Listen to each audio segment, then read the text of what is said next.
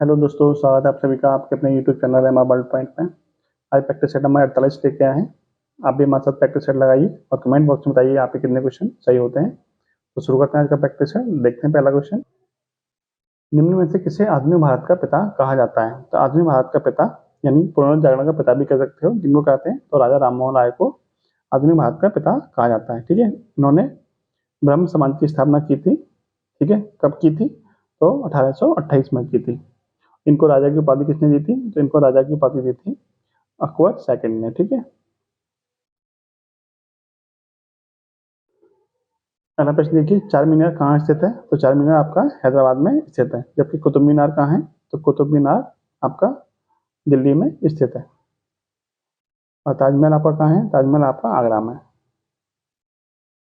पृथ्वी की भू प्रकृति में कौन सा तत्व प्रचुर मात्रा में पाया जाता है? तो आपका ऑक्सीजन जो है आपका प्रचुर मात्रा में पाया जाता है। ठीक है, कली काली मिट्टी का निर्माण किन चट्टानों की टूट फूट से होता है? तो काली मिट्टी जो बनती है वो आपकी बेसाल्ट से बनती है। बेसाल्ट चट्टानों की टूट फूट से काली मिट्टी का निर्माण होता है।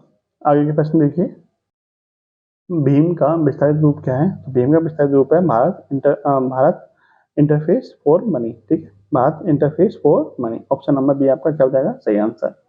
इसमें शब्द का संबंध किससे है? तो इसमें से आपका लॉन टेनिस में भी यूज होता है, वॉलीबॉल में भी और बैडमिंटन में भी, यानी तीनों ही खेलों में आपका इसमें शब्द का प्रयोग होता है।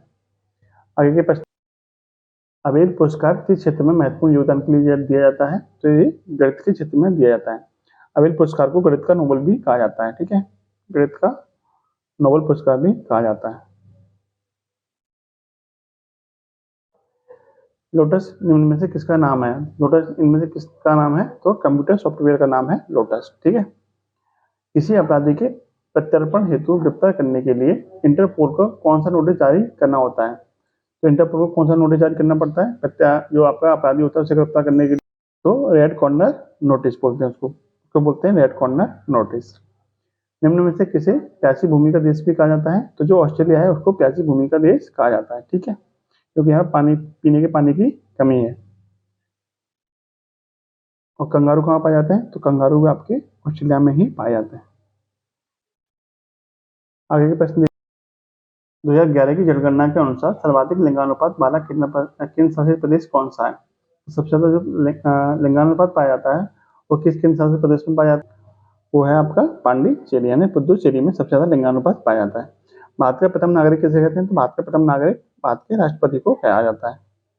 भारत के राष्ट्रपति को भारत का प्रथम नागरिक भी कहा जाता है। वर्तमान भारत के राष्ट्रपति कौन है? तो द्रौपदी मुर्मू।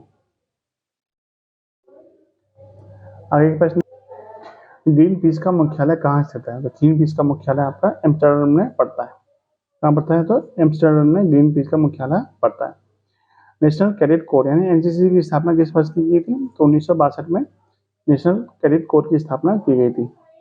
बाबूजी के नाम से किसे जानते हैं? तो बाबूजी के नाम से जो जगजीवन राम है उनको बाबूजी के नाम से जाना जाता है। अगला प्रश्न देखिए, चंद्रमा पर वायुमंडल नहीं पाने जाने का कारण क्या है? कि उसका कारण है कि गुरुत्वाकर्षण बल की अपेक्षा गुरुत्वाकर्षण बल की अधिक क्षीणता के कारण वहाँ पे जो है वो वायुमंडल नहीं पाया जाता है। क्यों नहीं पाया जाता? क्योंकि यहाँ पे जो गुरुत्वाकर्षण बल है चंद्रमा का वो कम मतलब अपनी तरफ खींचे रखता है हवा को, जिससे क्या होता है हवा उसको वायुमंडल को छोड़कर चली जाती है, तो वहाँ पे वायुमंडल नहीं पाया जाता है। ऑप्शन नंबर डी क्या हो जाएगा आपका राइट आंसर। आगे के प्रश्न देखिए, एमकेएस प्रणाली में त्वरण की इकाई क्या होती है? तो एमकेएस प्रणाली में त्वरण की इकाई होती है मीटर प्रति second square. Option number C आपका सही हो जाएगा। निरपेक्ष शून्य ताप क्या होता है? यानी ऐसा ताप जिसमें आणविक गति क्या हो जाए शून्य हो जाए, यानी कि जो अणुओं की गति हो जाए वो आपकी शून्य हो जाए, उसको बोलते हैं निरपेक्ष शून्य ताप। ठीक है, सूर्य की किरणों में कितने रंग होते हैं? तो सभी को पता है कितने रंग होते हैं, 7 रंग होते हैं सूर्य की किरणों में। तारों के रंगों में परिवर्तन प्रदर्शित करता है। तो जो तारों के रंगों में परिवर्तन होता है वो क्या प्रदर्शित करता है? तो दूरी को प्रदर्शित करता है। यहाँ से दूरी पर डिपेंड करता है, तारों के जो रंगों में परिवर्तन होता है वो दूरी पर डिपेंड करता है। यदि बात करेंगे तारा अधिक चमकता है या कम चमकता है वो किस पर डिपेंड करता है? तो वो उसके ताप पर निर्भर करता है। ठीक है, वो उसके ताप पर निर्भर करता है। आगे का प्रश्न देखिए, इस प्रश्न को थोड़ा सही कर लीजिए, इसका आंसर आप तापमान लगा लीजिए। ठीक है, ये आंसर बी आपका गलत हो जाएगा, ऑप्शन नंबर सी आपका सही हो जाएगा। ठीक है, आगे का प्रश्न देखिए आप, वायु निम्नलिखित में से क्या है? तो वायु क्या है? एक प्रकार का मिश्रण होता है वायु। ठीक है, जिसमें 78% क्या पाया जाता है, नाइट्रोजन, ठीक है, और 21% आपकी ऑक्सीजन पाई जाती है, ऑक्सीजन, ठीक है। निम्नलिखित में से कौन सी गैस फलों को कृत्रिम रूप से पकाने में प्रयोग की जाती है? तो कृत्रिम रूप से पकाने के लिए आपको एथिलीन गैस का प्रयोग किया जाता है, यानी C2H6, ठीक है, सॉरी C2H4 होगा, ठीक है, C2H4, ये तो एथिलीन का फॉर्मूला बन जाएगा ना, या C2H4 हो जाएगा। प्लास्टर ऑफ पेरिस के जमने में सम्मिलित होता है, तो इसमें जमने के लिए सम्मिलित क्या होता है, निर्जलीकरण सम्मिलित होता है जमने के लिए, या फिर इसको एक तरह से और समझ सकते हैं, ऑप्शन नंबर डी भी आपका राइट आंसर बन जाएगा, अन्य हाइड्रेट्स बनाने के लिए जल योजन, ठीक है, इसको ऑप्शन नंबर डी आपको सही कर लीजिए, यहाँ पर राइट आंसर बन जाएगा, ठीक है, ये भी सही था वैसे तो, इसलिए इससे उचित ऑप्शन क्या बन जाएगा आपका, ऑप्शन नंबर डी, अन्य हाइड्रेट्स बनाने के लिए जल योजन। आगे के प्रश्न देखिए, श्वेत फास्फोरस को निम्न में से किस में रखा जाता है? तो जो श्वेत फास्फोरस होता है उसको पानी में रखा जाता है। हेमेटाइट किसका अयस्क होता है? हेमेटाइट लोहे का अयस्क होता है, ठीक है, और एल्यूमिनियम का अयस्क कौन सा होता है? तो एल्यूमिनियम का जो अयस्क होता है उसका नाम है बॉक्साइट, बॉक्साइट एल्यूमिनियम का अयस्क का नाम है, ठीक है। पनीर बनाने में किस किण्वक का प्रयोग किया जाता है? तो पनीर बनाने के लिए रेनिन का प्रयोग किया जाता है। निम्न में से किसकी कमी से घेंगा रोग होता है? तो घेंगा रोग आयोडीन की कमी से होता है, ठीक है। प्रोटीन की कमी से कौन कौन से रोग होते हैं? तो क्वासी और कोर रोग होता है, और मरासमस, ठीक है, ये दो रोग होते हैं प्रोटीन की कमी से। आगे के प्रश्न देखिए, मनुष्य के शरीर में सबसे बड़ी ग्रंथि कौन सी होती है? सबसे बड़ी ग्रंथि होती है आपकी यकृत, और सबसे छोटी ग्रंथि होती है आपकी पीयूष ग्रंथि। वयस्क मानव शरीर में कुल कितनी हड्डियां होती हैं? तो जो वयस्क मानव होता है उसमें 206 हड्डियां होती हैं, लेकिन बच्चे में, यानी कि बच्चे के जन्म के समय कितनी हड्डियां होती हैं? तो ये होती हैं 308 मान सकते हो, या फिर 312, कुल मिला के 300 प्लस ही होती हैं, ठीक है, 300 प्लस समझ लीजिए, ठीक है, 300 प्लस। निम्न में से कौन सा पौधा तीव्र गति से बढ़ता है? तो सबसे तीव्र गति से इनमें कौन सा पौधा बढ़ता है? तो सबसे तीव्र गति से बढ़ने वाला पौधा है इनमें यूकेलिप्टस, यानी ऑप्शन नंबर डी आपका सही आंसर हो जाएगा। अंग्रेजी वर्णमाला में जी तथा एस के ठीक बीच में कौन सा अक्षर होता है? तो देखिए, जी का नंबर होता है 7, एस का होता है 19, 7 और 19 कितने होते हैं? 26, 26 का आधा, यानी कुल मिला के 7 और 19 का एवरेज निकालना, औसत निकालना है। तो 7 और 19 का औसत कितना हो जाएगा? 7 और 19 26, 26/2, यानी कि 13। तो इनके बीच में कौन सा लेटर होगा जो 13वें नंबर पे आता है? 13वें नंबर पे कौन आएगा? तो 13वें नंबर पे आता है आपका एम, ठीक है, जो कि 2 ऑप्शन में दिया हुआ है। कैसे निकाला मैंने? जी का नंबर होता है 7, एस का नंबर होता है 19, ठीक है, इनका औसत कितना हो जाएगा? 7 और 19 26, जो कि 2 संख्या है तो बटे में हो जाएगा 2, 26/2, यानी कि 13। 13 नंबर पे कौन सा लेटर आता है? तो 13 नंबर पे आता है आपका एम। आगे प्रश्न देखिए, यदि 6 गुणा 4 गुणा 3 बराबर 346 है, देखिए 346 कैसे बनाए? इधर से उल्टा लिखिए, यानी 3 4 6, 3 4 6, ऐसे ही 8 9 6, 8 9 6, बताइए 4 6 8 का मान कितना हो जाएगा? तो 8 6 4, यानी ऑप्शन नंबर बी आपका सही हो जाएगा। अगला प्रश्न देखिए, यदि x y की बहन है, ठीक है, x y की बहन है, y k की पुत्री है, k l का पति है, तो l का y से क्या संबंध होगा? देखिए इसको समझते हैं। देखिए प्रश्न में बोला है कि x y की बहन है, ठीक है, x जो कि इसकी बहन है, y की बहन है, ठीक है, x का जेंडर क्लियर हो गया कि नेगेटिव होगा, क्योंकि एक्स वाई की क्या है? बहन है। बाई क्या है? के की पुत्री है। बाई किसकी पुत्री है? तो के की पुत्री है, तो बाई का जेंडर भी क्लियर होगा कि बाई भी नेगेटिव होगा। के का जेंडर क्लियर नहीं है, इसकी माँ भी हो सकती है और ये पिता भी हो सकता है। के क्या है? के एल का पति है। के किसका पति है? तो के एल का पति है, तो ये पति है, तो ये पॉजिटिव हो जाएगा, ये नेगेटिव हो जाएगा, ठीक है। अभी क्लियर हो गया कि के किसका पिता हो जाएगा? बाई का पिता हो जाएगा, क्योंकि ये दोनों बहन है तो इसका भी पिता हो जाएगा, क्लियर। आपसे पूछा है कि एल का बाई से क्या संबंध है, यानी एल बाई का कौन लगेगा? तो देखिए ये इसका पिता है और इसकी ये क्या है? पत्नी, तो ये बाई का कौन लगेगी? एल आपकी बाई की माता लगेगी, ठीक है, कौन लगेगी? तो बाई की माता हो जाएगी। पिता की पत्नी कौन होती है? तो माता ही होती है, तो ऑप्शन नंबर ये आपका सही आंसर हो जाएगा। आगे का प्रश्न देखिए, बर्फ का संबंध ठंडा से है तो भूमि का संबंध किससे होगा? तो भूमि का संबंध किससे हो जाएगा? तो गुरुत्व से संबंध हो जाएगा भूमि का, ठीक है। अंग्रेजी अक्षर के किस अक्षर का दर्पण प्रतिबिंब समान बनता है?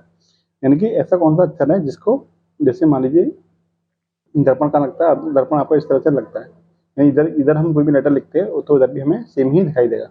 ऐसा लेटर कौन सा है, तो ऐसा लेटर है आपका ओ। ठीक है, ओ भी है, इसके अलावा आपका एम भी है। ठीक है, दोनों ही सेम दिखते हैं।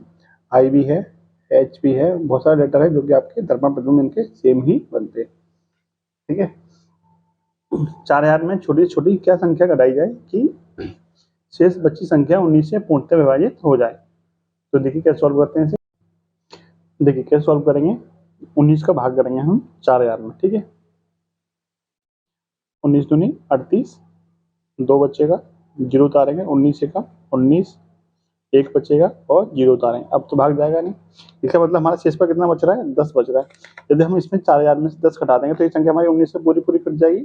तो आपसे यही पूछा है कि कौन सी छोटी छोटी संख्या घटाई जाए कि संख्या 19 से पूरी तरह विभाजित हो जाए। तो हम कितना घटा देंगे, इसमें से 10 घटा देंगे।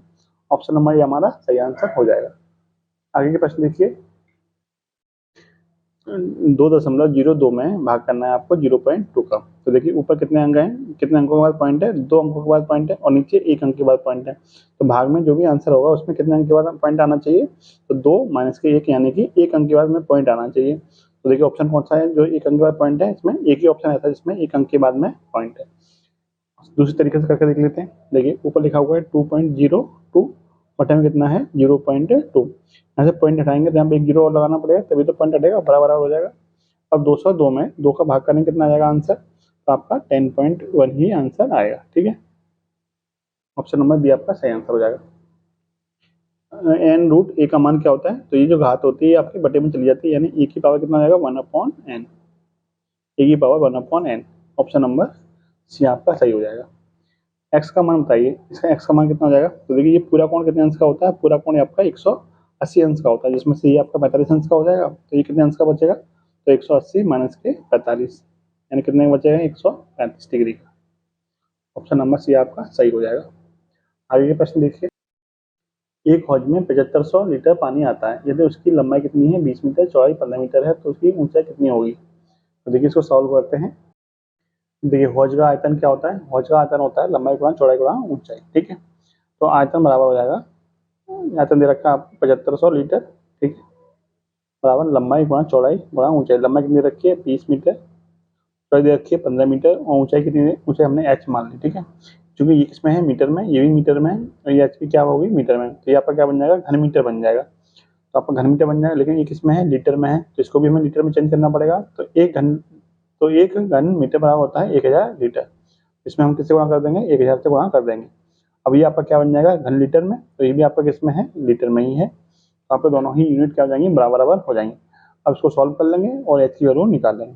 3 जीरो से 3 जीरो खत्म, 15 से कटेगा 15 15 75 और 5 से कटेगा 5 एकम 5 5 चौ 20, यानी यहाँ से एच बराबर मिल जाएगा आपको 1/4। एच हमने किसमें माना था, मीटर में माना था, तो आपका किस में आ जाएगा मीटर में।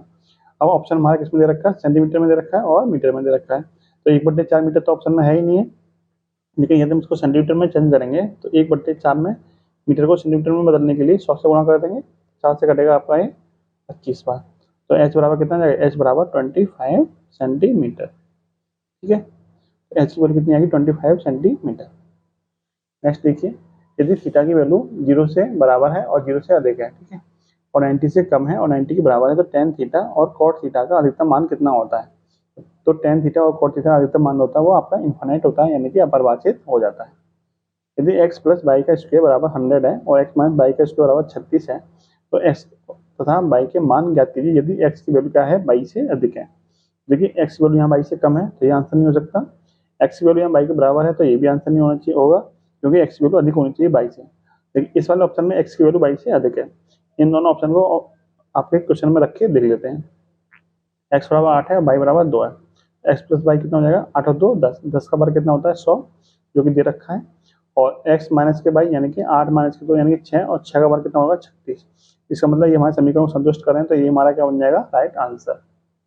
आगे का प्रश्न देखिए, वह बड़ी से बड़ी संख्या कौन सी होगी जिसमें 39 और 84 से भाग देने पर प्रत्येक दशा में 3 शेषफल बचे। तो देखिए क्या करेंगे, जब प्रत्येक दशा में 3 शेषफल बच रहा है तो 39 में 3 घटाइए कितना बचेगा 36 और 84 में से 3 घटाएंगे कितना बचेगा 81। अब आपको क्या करना है दोनों का मासा बताना है, यानी कि 36 और 81 का मासा कितना हो जाएगा, तो आप ऐसी संख्या ढूंढिए इनमें से जो 36 और 81 दोनों को काट दें। तो 6 से 36 तो कटेगा, लेकिन 81 नहीं कटेगा, 7 से तो कटता ही नहीं है, और 9 से आपका 36 भी कटेगा और 81 भी कटेगा। तो ये आपका क्या बन जाएगा, राइट आंसर। आगे के प्रश्न देखिए,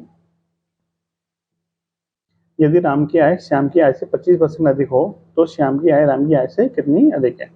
देखिए कितनी अधिक है, 25% अधिक है। मान लीजिए राम की आय, अच्छा राम की आय श्याम की आय से 25% अधिक है। तो श्याम की आय आपने 100 मान ली श्याम की, और राम की कितनी हो जाएगी, 25% अधिक, यानी 125 हो जाएगी। आपसे पूछा है कि जो राम की आय है जो श्याम की आय है वो राम की आय से कितना परसेंट कम है। तो देखिए कितने कम है, यहाँ से 25 कम है, और कितने पे कम होगी, फिर 125 पे कमी होगी, और परसेंटेज निकालने में 100 से गुणा कर देंगे। अब इसको सॉल्व कर लेंगे, 25 पंजे 125, 5 से कटेगा ये 20 बार, यानी कितने परसेंट कम है, तो ये 20% कम हो जाएगी। Option number D, option number B आपका राइट आंसर बन जाएगा। आगे के प्रश्न देखिए, यदि किसी वस्तु को 80 रुपए में बेचने पर उस पर विक्रय मूल्य का 25% लाभ होता है तो वस्तु का क्रय मूल्य कितना होगा। तो देखिए 80 रुपए में बेचने पर विक्रय मूल्य का 25% लाभ होता है। विक्रय मूल्य कितना है, 80, 80 का 25% कितना हो जाएगा, 80 का 25% यानी 80 गुणा 25/100, यानी कि 1/4, और 4 से कटेगा आपका 20 बार, यानी कितने रुपए का लाभ हो रहा है, तो 20 रुपए का लाभ हो रहा है 80 पे। सॉरी 80 पे नहीं, मतलब विक्रय मूल्य का 20%, सॉरी 25%, यानी कि 20 रुपए का लाभ हो रहा है, यानी 80 रुपए में बेचने पर 20 रुपए का लाभ हो रहा है। तो उस वस्तु हमने कितने में खरीदी होगी, तो 80 माइनस के 20, यानी कि मैं 60 रुपए में खरीदी होगी। तभी तो हम 20 रुपए बेचेंगे तो 80 में बेचेगी, 20 रुपए का लाभ में बेचेंगे तो 80 रुपए में बेचेगी। तो उस वस्तु का क्रय मूल्य कितना हो जाएगा, क्रय मूल्य हो जाएगा आपका 60 रुपए, यानी कि ऑप्शन नंबर ए आपका राइट आंसर बन जाएगा। ठीक है, एक परिवार में दादा दादी, माँ बाप और 3 पोते पोती हैं। दादा दादी की औसत आयु कितनी है, 67 वर्ष, माँ बाप की औसत आयु कितनी है, 36 वर्ष, और पोता पोती की औसत आयु कितनी है, 6 वर्ष है। तो परिवार की औसत आयु बताइए, परिवार की औसत आयु कैसे निकालेंगे, देखिए देखिए दादा दादी की औसत आयु कितनी है, 67, तो कुल योग कितना हो जाएगा, 67 गुणा 2, यानी कि 134, क्लियर। माँ बाप की औसत आयु कितनी है, 36, तो योग कितना हो जाएगा, 36 गुणा 2, यानी कि 72, और पोते पोती की औसत आयु कितनी है, 6 है, लेकिन है कितने लोग, 3 लोग हैं, तो ये हो जाएगा आपका 6 गुणा 3, यानी कि 18। कुल योग कितना हो जाएगा, 90, यानी 72 और 18 90, 90 134 कितना हो जाएगा, 224। अब ये कुल आपको पूरी परिवार की औसत आयु बतानी है। अब लोग कितने हो गए, लोग आपके हो गए 1 2 और 3 4, 4 और 3 7, 7 से हम क्या कर देंगे, भाग कर देंगे 224 में। देखिए 7 से हम क्या कर देंगे, भाग कर देंगे 224 में। तो देखिए 7 के 21 और 7 दूनी 14, यानी कि 32 बार आपका कट जाएगा। तो पूरे परिवार की औसत आयु कितनी हो जाएगी, 32 बस। ठीक है, 67 थी दादा दादी की, तो योग हो जाएगा 134, माता पिता की 36 थी, योग हो जाएगा 72, और पोते पोते की 6 थी, तो योग हो जाएगा आपका 18। कुल योग हो गया 224। अब 7 लोग हो गए, 2 2 4 और 3 7, 7 से हम भाग कर देंगे तो पूरी परिवार की औसत आयु निकल के आ जाएगी 32 वर्ष। आगे के प्रश्न देखिए, यदि अंडरूट 3 की वैल्यू इतनी है तो अंडरूट 3/4 का मान बताइए। तो देखिए अंडरूट 3/4 का मान कितना हो जाएगा, देखिए अंडरूट 4 का वर्गमूल तो बाहर आ जाएगा, 2 हो जाएगा, और अंडरूट 3 की वैल्यू कितनी दे रखी है, 1.732। जब 1.732 में 2 से भाग करेंगे कितना आंसर आ जाएगा, 0.866, यानी कि ऑप्शन नंबर सी आपका सही आंसर हो जाएगा। कोई धन चक्रवृद्धि ब्याज पर 3 वर्ष में 8 गुना हो जाता है, तो ब्याज की दर क्या होगी। देखिए ब्याज की दर कैसे निकालते हैं, ठीक है, मान लीजिए शुरू में जो मूलधन था आपको पी था, अब 8 3 वर्ष में कितना हो गया, 8p हो गया, यानी 8 गुना हो गया, यानी 8p हो गया, क्लियर। यानी मिश्रण हो गया आपका 8p और मूलधन हो गया आपका p। फॉर्मूला क्या होता है, मिश्रण बराबर यानी कि a बराबर p इंटू 1 प्लस r अपन 100 पावर n होता है चक्रवृद्धि ब्याज के लिए, क्लियर। देखिए अब आपका फॉर्मूले में वैल्यू रख दीजिए, समय कितना दे रखा है, 3 वर्ष, ठीक है, यानी n की वैल्यू दे रखी है 3, वैल्यू रखिए, a की वैल्यू कितनी आ गई 8p, और p की जगह पर तो p आ ही जाएगा, थोड़ा 1 प्लस आर निकालना है आपको बटे में 100, और उसकी पावर n की वैल्यू कितनी है 3, 3 रख दीजिए, p से p कट जाएगा, ये कितना हो जाएगा 8, आर को हम लिख सकते हैं 2 की पावर 3 बराबर 1 प्लस आर अपॉन 100 की पावर 3, और ये 3 से 3 क्या हो जाएगा, कट जाएगा। अब ये बचेगा 2, 2 बराबर 1 प्लस आर अपॉन 100, क्लियर। और एक इधर जाएगा तो इधर कितना बचेगा, 2 माइनस 1, यानी कि 1 बचेगा, 1 बराबर आर अपॉन 100, तो 100 गुणा आर 1 में करेंगे कितना जाएगा, आर बराबर मिल जाएगा आपको 100%, ठीक है, यानी दर कितनी हो जाएगी, दर हो जाएगी आपकी 100%। ऑप्शन नंबर डी आपका राइट आंसर हो जाएगा। नेक्स्ट देखिए, एक आभूषण 25 ग्राम भार का है, जिसमें 2.5 ग्राम क्या है, शुद्ध चांदी है तथा शेष कोई और धातु है। शुद्ध चांदी और इस धातु का अनुपात कितना होगा? देखिए 25 ग्राम में 2.5 ग्राम क्या है, चांदी है और शेष कोई अन्य धातु है। तो शुद्ध चांदी तथा इस धातु का अनुपात बताइए। 2.5 ग्राम चांदी है, शेष धातु कितनी बचेगी? 25 माइनस के 2.5 यानी कि 22.5 ग्राम बचेगी। दोनों का अनुपात बताना है, दोनों का अनुपात कितना हो जाएगा? तो देखिए पॉइंट से पॉइंट हट जाएगा और 25 से कम 25, 25 9 225, यानी अनुपात कितना आ जाएगा? 1:9। ऑप्शन नंबर डी आपका राइट आंसर बन जाएगा। और ये है आज का लास्ट क्वेश्चन। और अंत में आप कमेंट बॉक्स में जरूर बताइए कि आपके कितने क्वेश्चन सही हुए। ठीक है, एक गोले की त्रिज्या r इकाई है, उसका आयतन कितना होता है? गोले का आयतन होता है 4/3 पाई r क्यूब। ऑप्शन नंबर ये आपका सही आंसर हो जाएगा। तो ये थी आज की वीडियो। धन्यवाद। जय हिंद, जय भारत।